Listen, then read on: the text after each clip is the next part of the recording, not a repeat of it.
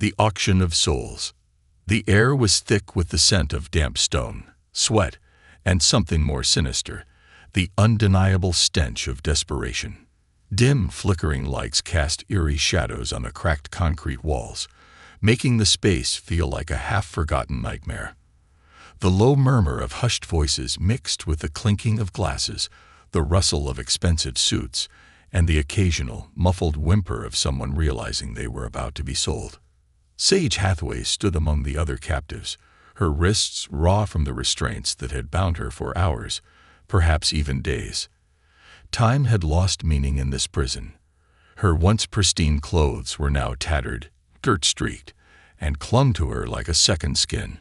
Yet despite the misery etched into her bones, her chin remained lifted, her eyes scanning the room, searching for a weakness in the fortress of her captors. She had learned long ago that fear made you a target. If you cried, you were weak. If you broke, you became easy prey. And here, in this twisted underground world of wealth and power, weakness meant death, or something far worse. A voice crackled over the speaker, its tone void of emotion. Item number 17. A hand clamped onto her arm, yanking her forward with enough force to make her stumble. Sage bit back a cry, forcing herself to stand upright, her expression carefully blank as she was dragged into the spotlight. The eyes of men, powerful, ruthless, and insatiable, bore into her like she was nothing more than merchandise on display. She refused to flinch. The auctioneer's voice rang through the chamber, rattling off details about her. Her age, her history, the delicate features of her face. The words blurred together. She didn't listen. She couldn't. Her mind raced instead, analyzing her surroundings. There were at least 30 men in the room, all draped in luxury. Tailored suits, polished shoes, expensive watches that probably cost more than her entire life's worth. The scent of money and power was suffocating. She had seen the kind of hunger in their eyes before, the hunger for control, for ownership, for dominance. A guard stood near the door, armed. Another lingered by the narrow hallway leading to an unknown corridor. 2 possible exits, 1 slim chance of escape, but she had no weapon, no plan, and no allies. She was alone. The murmurs grew louder as the auction began. Men leaned forward, eager, their voices clipped as they placed their bids.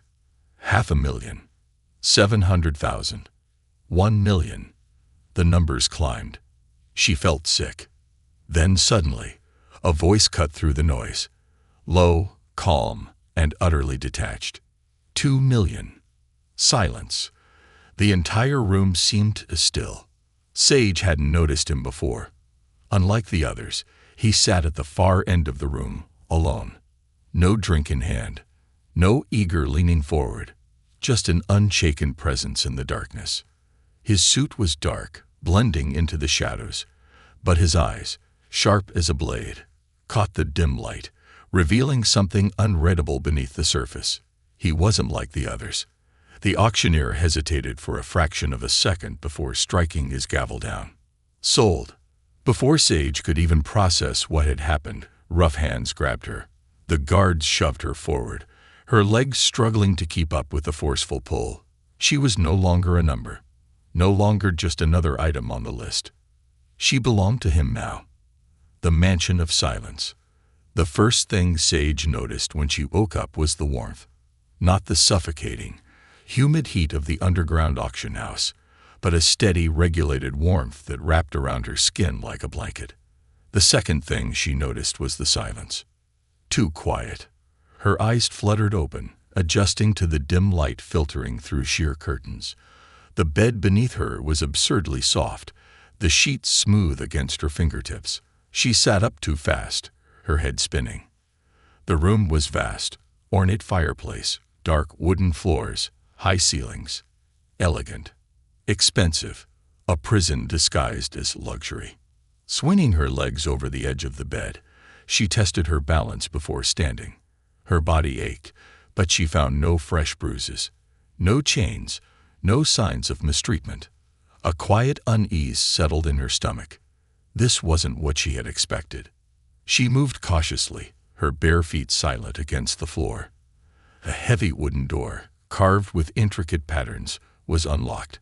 That alone sent another ripple of confusion through her. She had been purchased, owned, and yet she wasn't bound, wasn't guarded. The hallway stretched before her, lined with paintings that seemed too old for a house that smelled so new.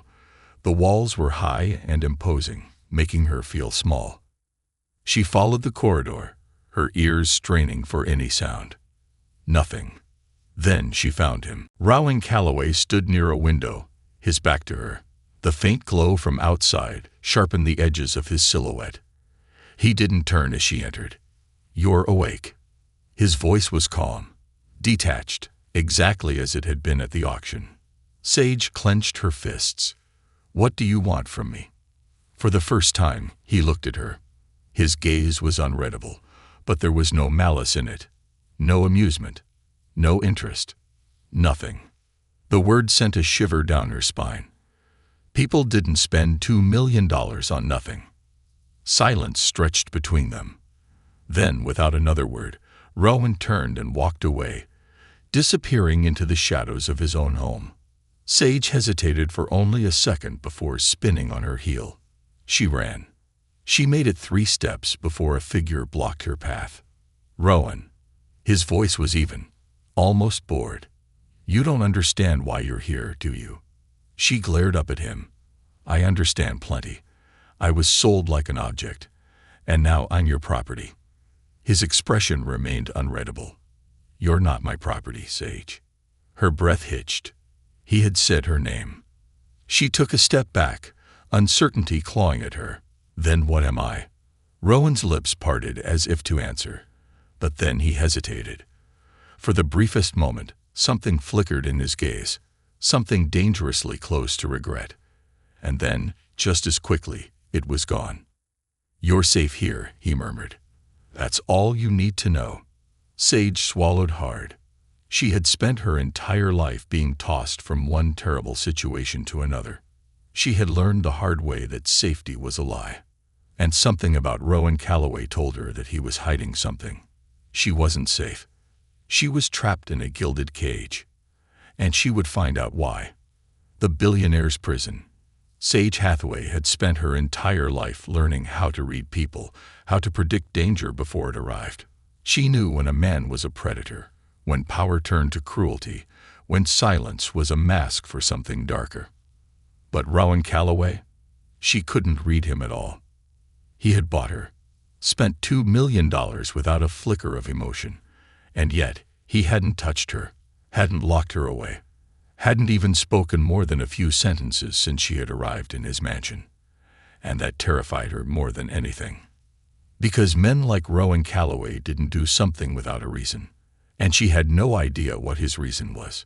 The silent house. Sage had explored prisons before, foster homes that reeked of neglect, shelters where people disappeared overnight, streets where staying still too long meant becoming prey. This mansion wasn't any different. It only pretended to be. Everything was grand, expensive, untouched. A house this size should have felt like it was alive, filled with staff, echoes of voices, the hum of a TV left on in another room. But here, silence. The few employees she had seen moved like shadows, their gazes avoiding hers, their steps quiet against the polished wooden floors. They were ghosts, just like Rowan himself. She tested her boundaries where she could, leaving doors open behind her, shifting objects slightly out of place, watching for anyone to react. No one did. It was like this place wasn't meant to be lived in, as if it existed only to exist, frozen in time.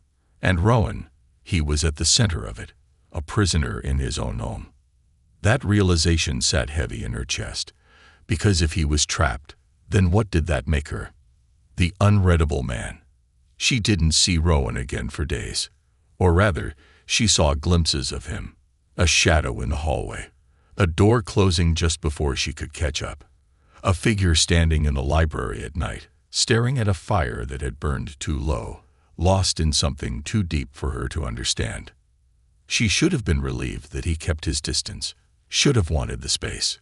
But all it did was make her feel like a pawn in a game she hadn't been told the rules of. So she forced a confrontation. She found him in the study, seated at his desk, flipping through documents with a level of boredom that made her want to slam her hands down on the table just to get a reaction. She didn't, though. Instead, she leaned against the doorframe, arms crossed. "So, are you going to tell me why I'm here?" Rowan didn't even glance up.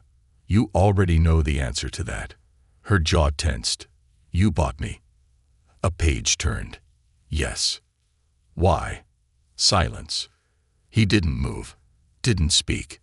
And then, finally, his fingers stilled on the papers in front of him, his gaze lifting.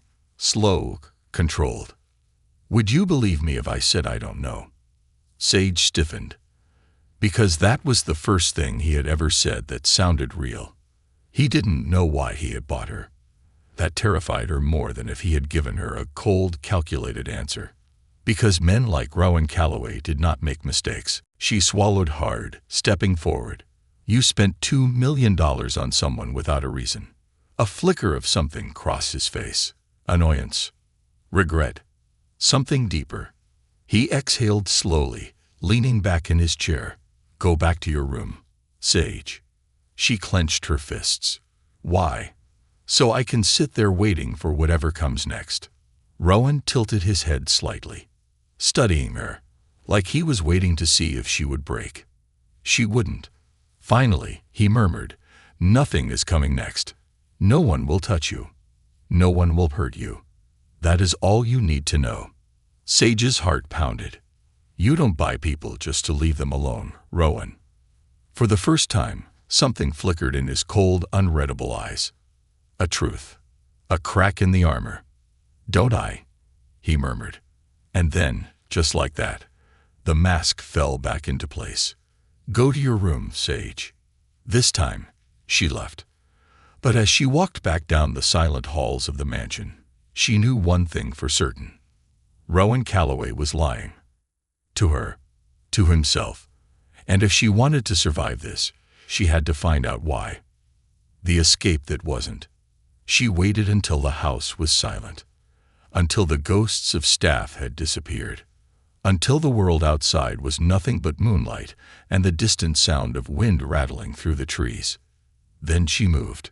Her bare feet made no sound against the polished floors as she crept toward the door that led outside.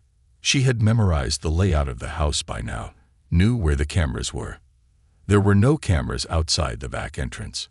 She pressed a hand to the handle. Unlocked. A mistake. No. Rowan Calloway didn't make mistakes. She shoved the door open and ran. She made it 3 steps before a figure emerged from the shadows. Rowan. Waiting. Expecting. Like he had known exactly what she would do before she did it. Sage skidded to a stop, her breath coming fast. His expression didn't change. He took a slow step forward. "Did you think it would be that easy?" She glared at him. "Why? Why leave the door unlocked?" Rowan exhaled. "Because I needed to know." Her stomach twisted. "Know what?" He met her gaze, his voice quiet. "If you still had something to run to." Sage's chest tightened. Because the truth was, she didn't. She had no home, no family, no safety outside these walls. And Rowan Calloway had known that. Had seen that in her. And yet, he wasn't sending her back to her room. He wasn't dragging her inside. He was giving her a choice. Stay. Or leave. For the first time in her life, someone wasn't forcing her into anything. Sage swallowed hard, her pulse hammering in her ears. And then, against everything she had ever known, she took a slow step back toward the house. Rowan didn't say a word. Didn't smirk like he had won. Didn't mock her for choosing to stay. Instead, he simply waited. And when she finally walked past him, back into the house she had once sworn to escape, he murmured something so soft she almost didn't hear it. "You were never supposed to be here." Sage clenched her fists. Neither was he. And that scared her more than anything else. Beneath the surface of silence, Sage Hathaway had spent her entire life learning how to fight without throwing a punch. She fought with silence, with defiance, with the ability to survive when the world had tried to bury her. But here, in Rowan Calloway's mansion, a prison of luxury and secrets, she had to fight differently. Because this was a war she didn't understand. And Rowan, he wasn't just another enemy. He was something else, something dangerous. And something inside her whispered that he wasn't the villain she had thought he was. But she knew one thing for certain: he was lying to her. And if she wanted to escape this place, not just the walls, but the hold he had on her, she had to figure out why. The ghost in the library. It started with the library. Sage had noticed it early on, the way Rowan spent his nights there, long after the rest of the house had fallen silent. The first time she had seen him, he had been seated in the grand leather armchair, staring into the fire. A book rested in his lap, but he wasn't reading it. His hands were still, his breathing slow. She had lingered in the doorway, waiting for him to acknowledge her. He never did. The second time, she had stepped inside, running her fingers over the spines of the books, testing his reaction. Nothing. The third time, she had sat across from him, silent, waiting. Still, he said nothing. And yet, he let her stay. That was the part she didn't understand. Rowan was a man who kept everyone at a distance. His staff avoided him. The world feared him. And yet, he let her sit there, in the same space, night after night. She was going to find out. The first crack. "You know," she murmured one night, breaking the silence. "Most people would call this a bad habit." Rowan didn't look up. "What?" "Sitting here, alone, staring at the fire like it has the answers to life's questions." He exhaled slowly, closing his book. "And what do you think the answers are?" Sage leaned back, tilting her head. "Depends. What are you asking?" For a split second, something flickered in his gaze. Something real. And then it was gone. "You shouldn't be here." His voice was even, detached. Sage narrowed her eyes. "Why?" Rowan didn't answer. Instead, he stood, moving to place the book back on the shelf. But Sage saw it. The tension in his shoulders. The way his fingers gripped the spine of the book, just a little too tightly. A crack in the armor. She pushed forward. "You don't leave this house, do you?" His back stiffened. Her heart pounded. He didn't deny it. "You live here," she pressed, "but you don't live." Rowan turned then, slowly, his eyes meeting hers with an intensity that sent a shiver down her spine. "Careful, Sage." His voice was low, a quiet warning. But she wasn't afraid. Not of him. Not anymore. "Why?" she challenged. For a long moment, Rowan just looked at her. And then, finally, he spoke. "Because you might not like the answers." The locked room. Sage had never been good at obeying orders. She had spent too many years being told where to go, what to do, who to be. So when Rowan told her to stay out of one room in the house, she knew she was going to find out why. It was a door like any other, tucked at the end of the hall, heavy, wooden, carved with intricate patterns. But unlike the others, it was locked. She had waited for the right moment. Waited until the house was silent, until the staff had disappeared into the shadows, until she was sure Rowan was in the library, lost in whatever haunted him. Then she moved. She had learned to pick locks as a teenager, a skill honed from necessity rather than rebellion. Foster homes with locked cabinets, shelters with supplies she wasn't supposed to touch. This was no different. The lock clicked. Sage exhaled, pushing the door open. And then she froze, because she had expected an office, a study, a room filled with wealth and power. She had not expected this. A room of ghosts. The room was small, almost forgotten. But it wasn't empty. The walls were lined with photographs, old, yellowed at the edges. Newspaper clippings were pinned to a board, articles detailing a fire, a tragedy, a family lost. Sage's pulse pounded as she stepped inside. her fingers grazing the headlines. Callaway Fang and AOI Mansion view are ins down. 2 dead. 1 is URVIVR. Her breath caught. A younger Rowan stood in one of the pictures, dressed in black, standing among the wreckage. His face was unreadable. But his eyes held the weight of someone who had lost everything. Sage swallowed hard, moving further into the room. There were letters stacked neatly on the desk, unopened. A single chair, worn with age. And on the far side of the room, near the window, was a music box. She reached for it before she could think better of it. The delicate silver lid creaked open, revealing a familiar tune. Soft, haunting, filled with something that made her chest tighten. She didn't hear him enter. Didn't realize he was there until the music stopped. Sage spun around. Rowan stood in the doorway, his face carved from stone. But his eyes were burning. "You shouldn't be here," he said, his voice so low it was almost a growl. Sage's throat tightened. "Rowan, leave." Her stomach twisted. "I didn't mean." "Leave, Sage." She swallowed hard. She had pushed him before, but this was different. This was personal. And for the first time since she had arrived in this house, Rowan Callaway looked like a man who might finally break. She hesitated. And then, slowly, she stepped past him. Rowan didn't move. Didn't look at her. Didn't say another word. And as she walked away, her heart pounding in her chest, she realized something. She had thought Rowan was keeping her prisoner, but he had been the one trapped all along. And she had just stepped into a war that had started long before she had arrived. A war that Rowan had spent his entire life trying to escape. But now there was no more running. Not for him. And not for her. A war he never wanted. The house was different now. The moment Sage had stepped into that room, the moment she had uncovered the ghosts Rowan had kept buried, the air in the mansion had changed. It was no longer a quiet prison. It was a battlefield. And Rowan Callaway was a man on the edge of war.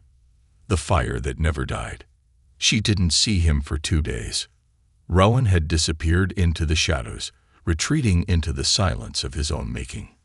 Sage had spent those 2 days replaying everything she had seen in that locked room. The articles, the photographs, the headlines that screamed about a tragedy the world had already forgotten. Callaway family mansion burns, 2 dead, 1 survivor. Mysterious fire kills billionaire couple, son left behind. Tragedy or something more? The questions behind the Callaway fire. The weight of it sat inside her. Because she had been wrong about Rowan. He wasn't just a billionaire. He wasn't just another man who used his power to take what he wanted. He was the last of his family. A survivor. A ghost walking through a life he didn't want anymore. And she had just ripped open the one thing he had tried to bury. The storm that followed. The 3rd night, he finally emerged. Sage had been sitting in the library, pretending to read, when the heavy sound of footsteps filled the hall. Rowan. He walked into the room like a man carrying a hurricane, his face unreadable, his movements slow and controlled. She knew that control was a lie. She had seen what lay beneath it. "You're still here," he murmured, stopping just a few feet away. Sage swallowed. "You told me I was free to leave." His eyes flickered. "You didn't." She shrugged, forcing herself to meet his gaze. "Guess I have nowhere to go." Something dark flashed across his expression. "You went into the room." His voice was quiet, but it wasn't a question. Sage's breath hitched. "Rowan, you saw the articles." She clenched her fists. "I didn't mean to." "Did you read them?" She exhaled sharply. "Yes." A long pause. Then you already know what you were never supposed to know." Sage's pulse pounded. "Why didn't you tell me?" Rowan let out a slow, measured breath. "Because it doesn't matter." Her jaw tightened. "It does matter. You lost your family in that fire. It wasn't an accident, was it?" Something inside him hardened. His voice turned cold. "Sage, you need to stop." No. She stepped forward, her heart racing. I think someone set that fire. And I think you know who it was. A flicker of something. Rage. Pain. Something far worse. Walk away, Sage. His voice was barely above a whisper. But she wasn't afraid. Not of him. Not anymore. No, she said. And that was when he broke. The name that haunted him. Gabriel. The name left his lips like a curse. Sage felt the weight of it hit her, the way Rowan's entire body tensed just at the sound. She swallowed. Gabriel. Who? Rowan let out a bitter breath, running a hand through his hair. You want the truth. His voice was raw. Fine. Gabriel was my father's closest friend, and the man who betrayed him. Her stomach twisted. He started the fire. Rowan's lips curled, but there was no humor in it. He wanted everything my father built, and when he couldn't take it, he destroyed it. Sage's breath caught. Gabriel hadn't just killed his family. He had stolen Rowan's life. Her fingers curled into fists. Why is he still alive? Rowan's jaw tightened. He won. The word sent a chill through her, because Rowan Calloway wasn't the type of man to lose. But Gabriel had taken everything from him, and Rowan had let him live. The enemy in the shadows. Sage didn't know what was worse, learning that Rowan had lost everything, or realizing that he had spent years letting the man responsible walk free. She could see it in him now. The exhaustion, the weight of grief disguised as control. You could have killed him, she said quietly. Rowan exhaled sharply. I know. Then why didn't you? His gaze met hers, and what he said next made her blood run cold. Because he's waiting for me to try. A silence so thick, so suffocating, filled the room. Sage felt her pulse hammering in her ears. Rowan, she whispered, what do you mean? His lips pressed into a thin line. Gabriel wants me to come for him. He spent years making sure that when I do, he wins again. Sage's chest tightened. This wasn't just a rivalry. It was a trap, and Rowan had spent years avoiding it. But now Sage had ripped open old wounds. Now there was no more avoiding it. Now, for the first time since that fire, Rowan had a reason to fight, and Gabriel would see that as an opportunity. Sage's heart pounded. He's going to come for you. Rowan was silent for a moment. Then softly, he won't come for me, Sage. She felt the breath leave her lungs. He didn't have to say it. She already knew. Gabriel was going to come for her. A war that couldn't be stopped.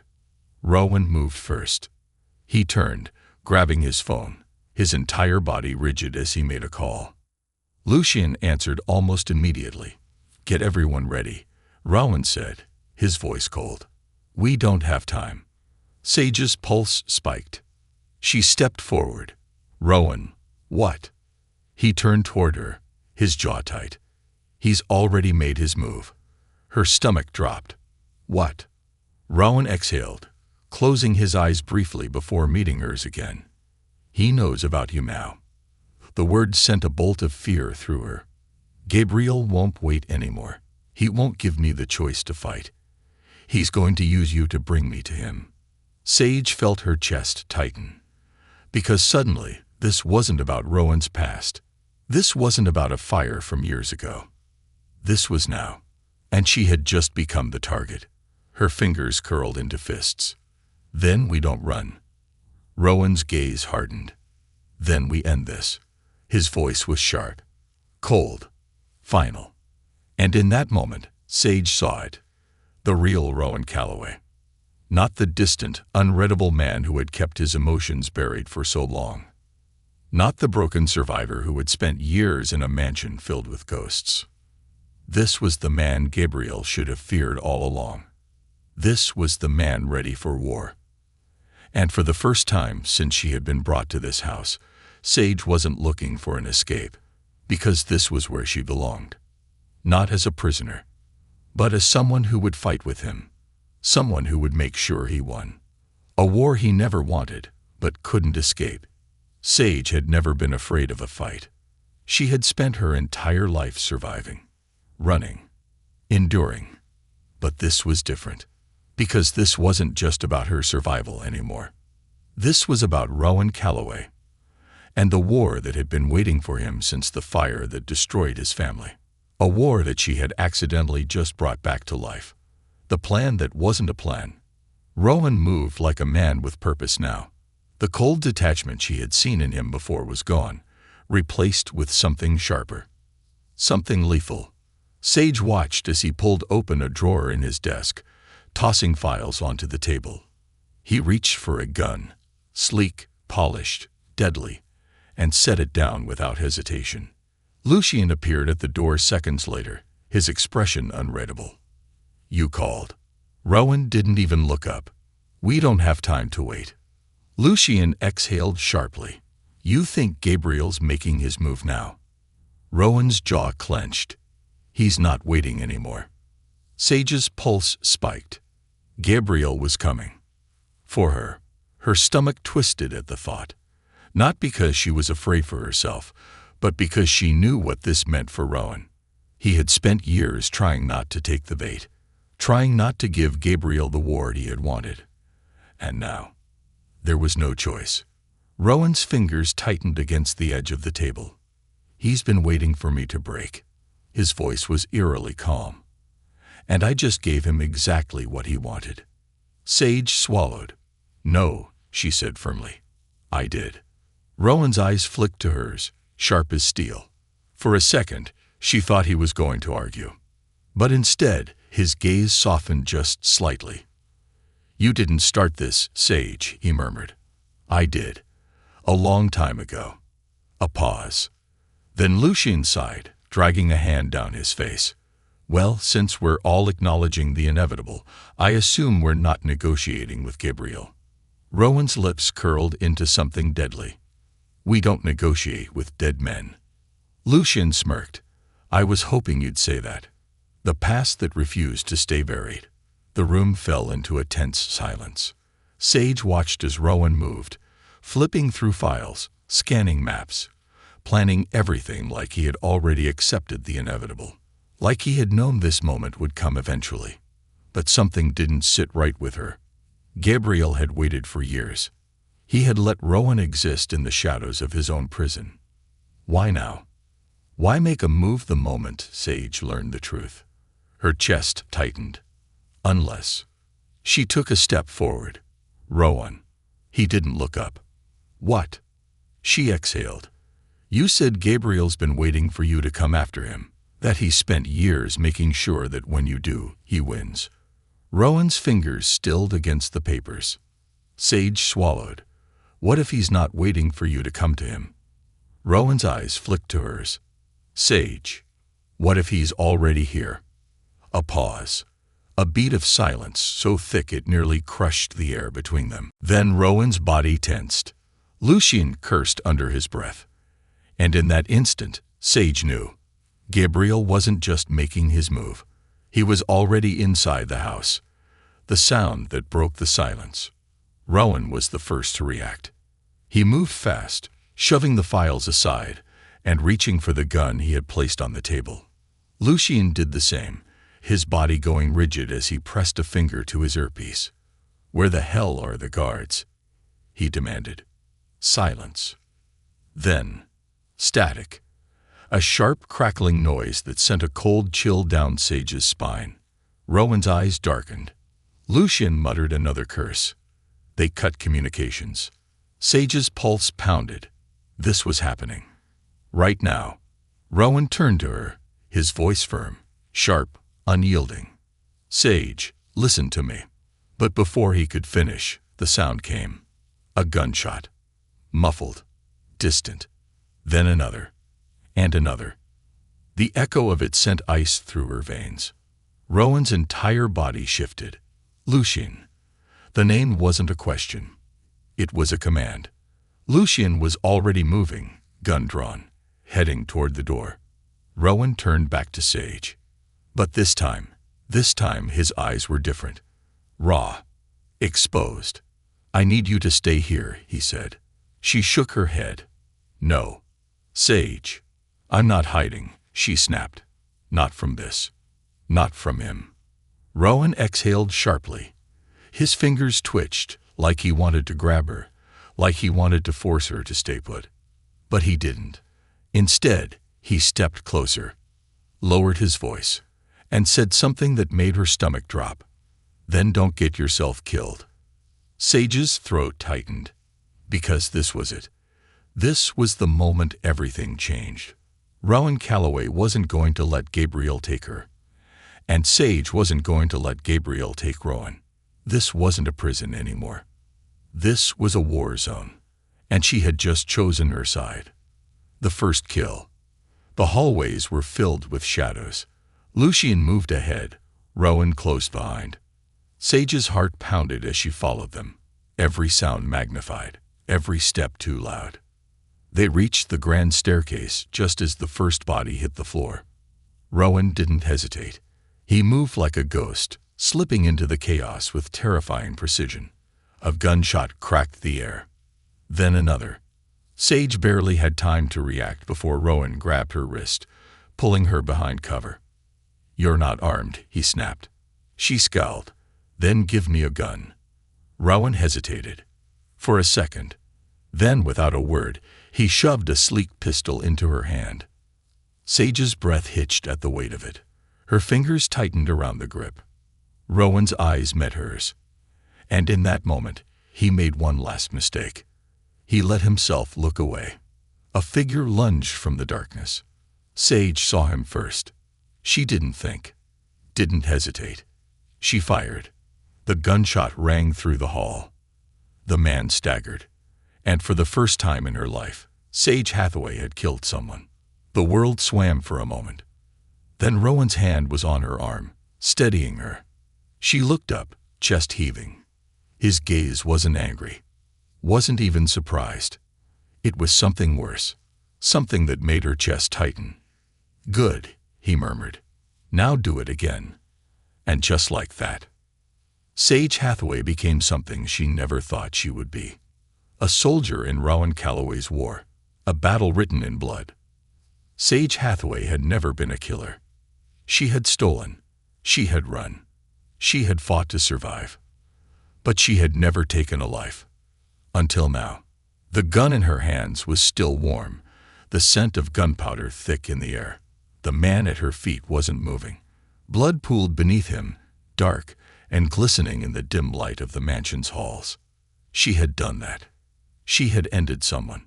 Her chest heaved as the weight of it threatened to pull her under. Then Rowan's voice cut through the chaos. Good.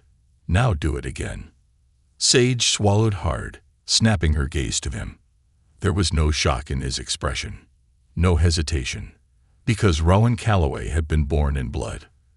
And now so had she. Her fingers clenched around the gun. How many of them are there? She asked, forcing her voice steady. Rowan's gaze flicked to Lucien, who was scanning the halls, his gun drawn. At least 10 inside, Lucien muttered. Probably more outside. Gabriel wouldn't send all his men at once. He wants us trapped. Rowan's jaw tightened. Then we don't let him. Sage exhaled sharply, trying to steady the thunder in her chest. She had a choice. She could run. She could hide. She could let Rowan fight this battle alone. Or she could stand beside him and burn Gabriel's empire to the ground. Sage tightened her grip on the gun. I'm with you. Rowan's eyes locked onto hers. And for the first time, she saw something dangerous flash across his face. Something close to hope. The mansion became a battlefield. The house erupted in chaos. Gunfire tore through the walls. Glass shattered. Shadows moved in the dark. Sage had never seen Rowan fight like this before. He was silent, precise, deadly. Every move was calculated. Every bullet he fired found its mark. Lucien fought beside him, a ghost in the storm, cutting through Gabriel's men like he had been waiting for this moment his entire life. Sage had never been trained to fight like them. But she wasn't useless. She kept moving, kept her back to the walls. kept her gun steady as she fired. And when the next man came at Rowan from behind, she shot him first. The body hit the ground before Rowan even turned around. His dark eyes flicked to hers, his chest rising and falling. Then, a sharp nod. Approval. Sage's breath caught. Rowan Calloway didn't trust people. But in that moment, in this war of blood and fire, he trusted her. And that was the most dangerous thing of all. The enemy that wouldn't die. The gunfire finally stopped. The halls fell silent, the scent of blood thick in the air. Sage's heart pounded as she stepped over the bodies, her hands still shaking. "Is that all of them?" she asked, breathless. Lucien exhaled, lowering his gun. "For now." But Rowan wasn't listening. His body was still rigid, his jaw clenched. Because he knew. This wasn't over. Gabriel hadn't come for them himself. Which meant this was just the beginning. Then, the sound of a phone buzzing in the silence. Rowan turned slowly, pulling his from his pocket. He didn't hesitate before answering. The line was quiet for a moment. Then, a voice Sage had never heard before filled the room. "Rowan, my old friend." The air turned ice cold. Sage didn't need to be told. She knew exactly who it was. Gabriel. Rowan's grip on the phone tightened. "You're late." A low chuckle. "Oh, I don't think so. You played your part perfectly." Sage's stomach twisted. Gabriel had been waiting for this. For Rowan to snap. For him to fight back. For him to finally step into the war Gabriel had been planning for years. And now he had. Rowan's eyes darkened, his voice razor sharp. "You sent men into my home. You knew they wouldn't survive." Gabriel sighed. "Consider them sacrifices. Every war needs them, doesn't it?" Lucien muttered a curse under his breath. Rowan's jaw tensed. "Come finish this yourself." Gabriel laughed softly. "Oh, Rowan, I don't need to. You've already lost." Sage felt the shift before she understood it. The air turned wrong. Heavy. Then, Lucien swore again. Something's off. And Sage realized. This wasn't about the attack. This wasn't about sending men to kill Rowan. This was about setting the stage. About forcing Rowan out. "Rowan," she whispered. "He's baiting you." Rowan didn't move. Gabriel's voice hummed through the phone. "You want me dead," he murmured. "Come and get me." Then the line went dead. Rowan stood still, his breathing heavy. Lucien ran a hand through his hair. "You know it's a trap." Rowan's lips pressed into a thin line. "I know." Sage's stomach twisted. She knew what came next. Because this wasn't just Rowan's war anymore. Gabriel had made her a part of it. And if Rowan was going to walk into that trap, then so was she. The choice that wasn't a choice. Rowan was already moving, grabbing more weapons, loading his gun. Lucien muttered something under his breath, but he didn't argue. They all knew what had to happen next. But Sage, she wasn't staying behind. She took a step forward. "I'm coming with you." Rowan didn't look up. "No, you're not." Sage clenched her fists. "I just killed someone for the first time, Rowan. You don't get to push me out now." Rowan exhaled sharply, setting the gun down. Finally, he met her gaze. His expression was unreadable. But his eyes were something else entirely. "You don't owe me this," he murmured. Sage's chest ached. Because for the first time, Rowan wasn't treating her like someone he had to protect. He was treating her like someone who had a choice. She stepped closer. "I know." A pause. Then Rowan did something she hadn't expected. He reached out, his fingers brushing against hers, just for a second. It wasn't much, but it was everything. "Stay close to me," he murmured. Sage's breath caught. Then Rowan turned away, grabbed his gun, and walked toward war. And for the first time since she had been brought to this house, Sage wasn't a prisoner anymore. She was a soldier. and she was about to burn Gabriel's empire to the ground. Walking into the fire, the night felt different. The air was heavy. The silence stretched too long. The mansion, once a place of eerie stillness, was now a battlefield waiting for its final war. Rowan moved with quiet precision, his every action calculated, controlled. Sage had seen him fight, had seen him kill, had seen him win. But this was different. This wasn't about survival anymore. This was about ending it. Ending Gabriel. Ending the war that had started the night Rowan Calloway's world burned to the ground. And Sage was walking into that fire with him. The last warning. Lucien was the one to speak first. "This is a mistake," he muttered, loading his gun. Rowan didn't look up. "Then leave." Lucien scoffed. "You know that's not happening."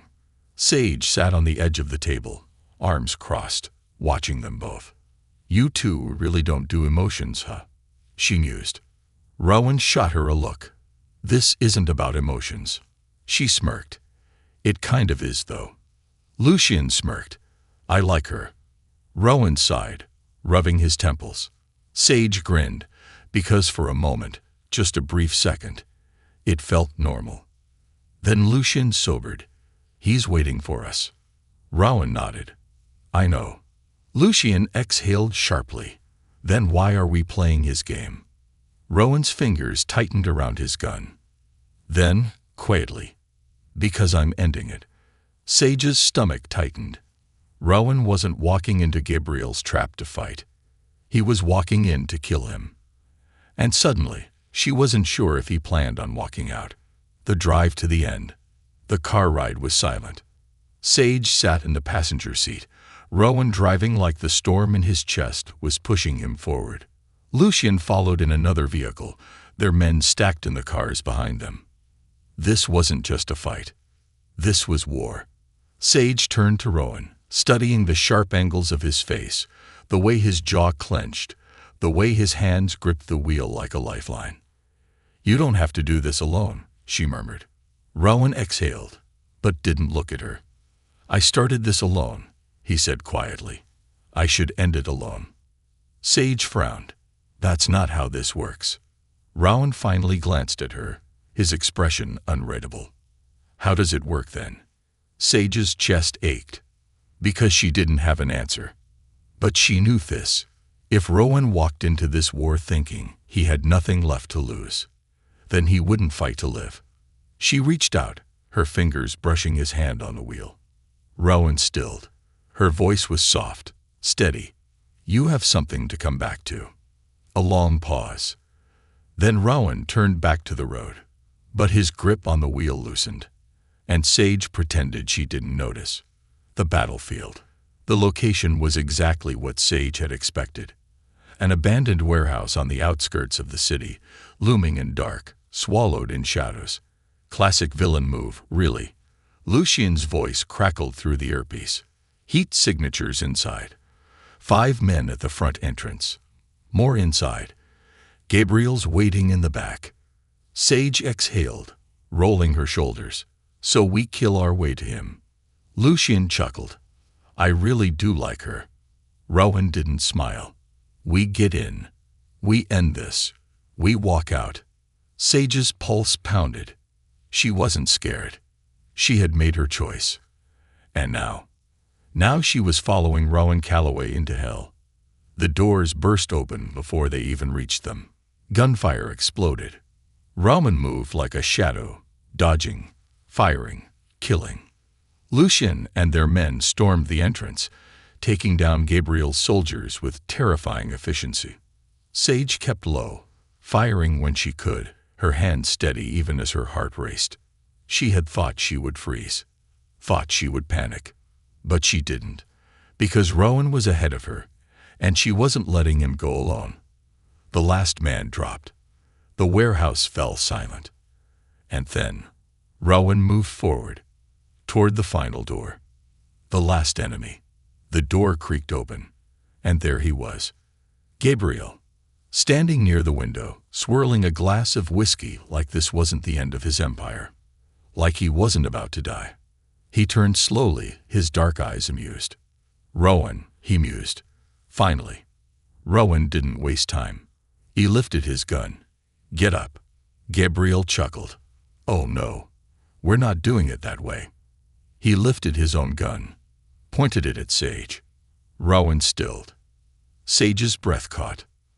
Put it down, Rowan ordered, his voice like steel. Gabriel smirked. You used to be so much like me. Rowan's jaw tightened. But then, Gabriel continued, you went soft. His finger twitched on the trigger. Sage moved before she thought. Bang! A shot ripped through the air. Gabriel staggered. A bloom of red spread across his chest. Rowan hadn't shot him. Sage had. Gabriel's lips parted, shock flickering in his eyes. Sage stepped forward, gun still raised. You underestimated me, she murmured. Gabriel's knees buckled. He hit the ground. Lucien muttered a curse under his breath. Rowan was just staring at her. Then softly, Sage.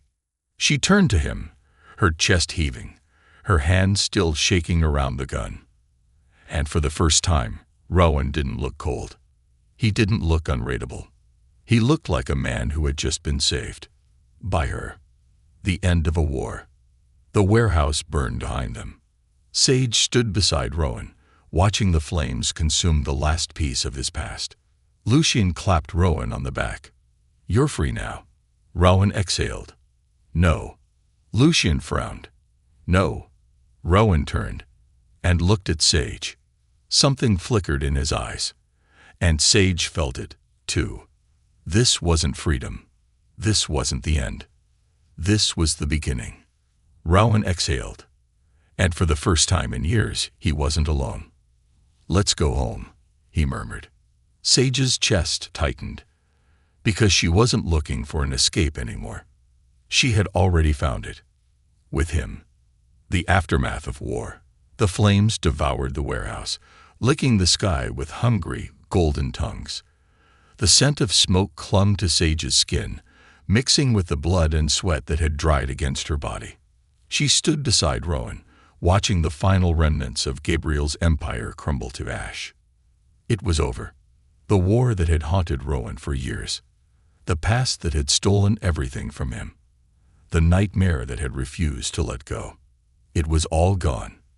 And yet, Sage felt it, the weight that still hung between them, thick and unspoken. This wasn't freedom. This wasn't peace. This was just the end of one chapter and the beginning of something else entirely. The ride back. They drove in silence.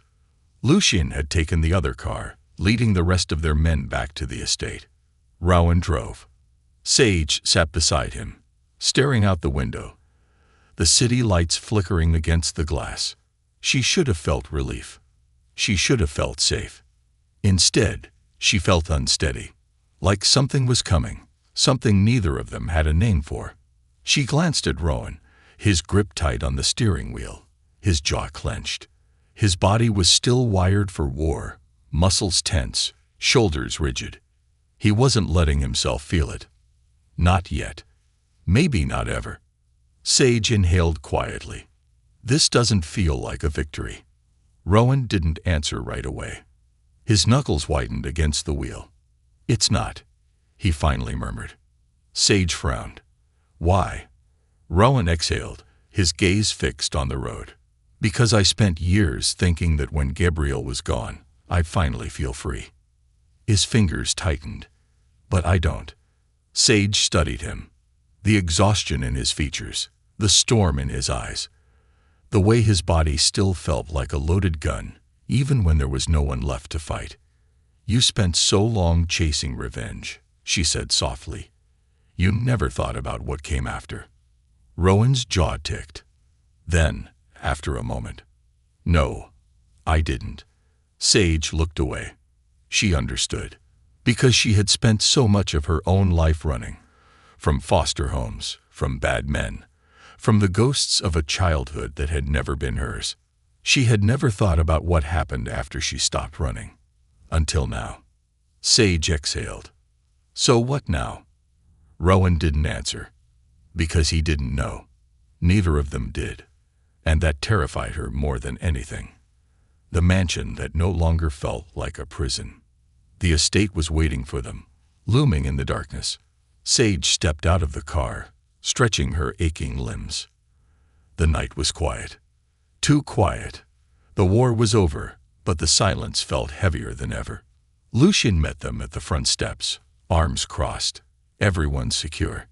No signs of movement from any of Gabriel's remaining men. Rowan nodded. Good. Lucien studied him. And you? Rowan exhaled, rubbing a hand over his face. Still standing. Lucien smirked. For now. He turned to Sage, tilting his head.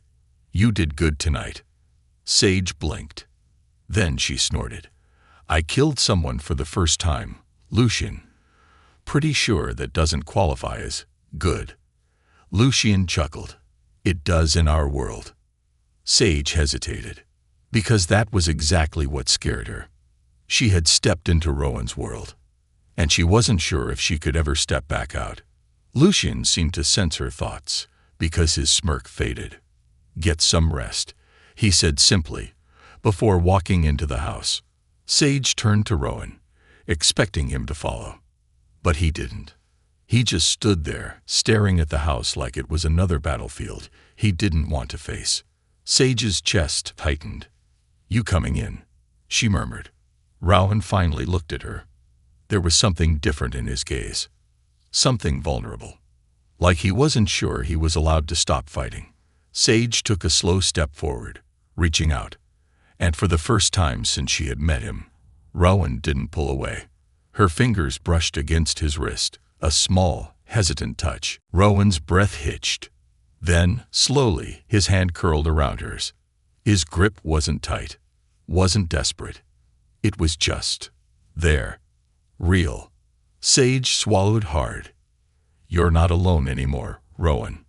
His fingers tightened. And this time, he believed her. The weight of what was left behind. The nightmare started that night. Sage woke gasping, her skin damp with sweat, the scent of blood still clinging to her memory. She had seen his face, the man she had killed. She had pulled the trigger without hesitation. But now the weight of it sat in her chest like a stone. She pushed out of bed, slipping into the dimly lit hallway. She didn't know where she was going. Didn't know why she felt like something was pulling her forward. But her feet moved anyway. And then she found him. Rowan stood in the library, staring at the fire, the same way he had on the first night she had met him. He didn't turn as she entered, didn't flinch, didn't speak, because he knew. Sage swallowed. You're not sleeping either. Rowan exhaled. Never do. Sage stepped closer, watching the flames dance in the reflection of his dark eyes. You did it, she murmured. Gabriel's gone. You won. Rowan's fingers curled into a fist. I don't feel like I did. Sage's throat tightened. She understood. Because she didn't feel like she had won either. She had thought that walking away from Gabriel's burning empire would feel good. But instead, she just felt hollow. Like the fight had changed her into someone she wasn't sure she recognized anymore. She turned to Rowan, studying his profile, the way the flickering light made his features look softer. And for the first time, she let herself ask the question she had been too afraid to say aloud. What are we now? Rowan finally looked at her. His expression wasn't cold, wasn't distant. It was something else entirely. Something fragile. Something terrifyingly real. I don't know, he admitted. Sage inhaled sharply. Because that was the truth, wasn't it? They weren't captor and captive. Weren't enemies. Weren't just partners in war. They were something in between. Something neither of them had the words for yet. But they would figure it out. Together. Rowan exhaled, running a hand through his hair. You should get some rest, he murmured. Sage shook her head. Not tired. Rowan studied her. Then, after a long pause. Then stay. Sage's breath caught. Because that wasn't a command. It was a choice. She stepped closer. She didn't touch him, didn't say anything. She just stayed. And for the first time, Rowan let her. The end of the beginning. They weren't fixed. They weren't whole. But they weren't alone anymore, either. And maybe, just maybe, that was enough. For now.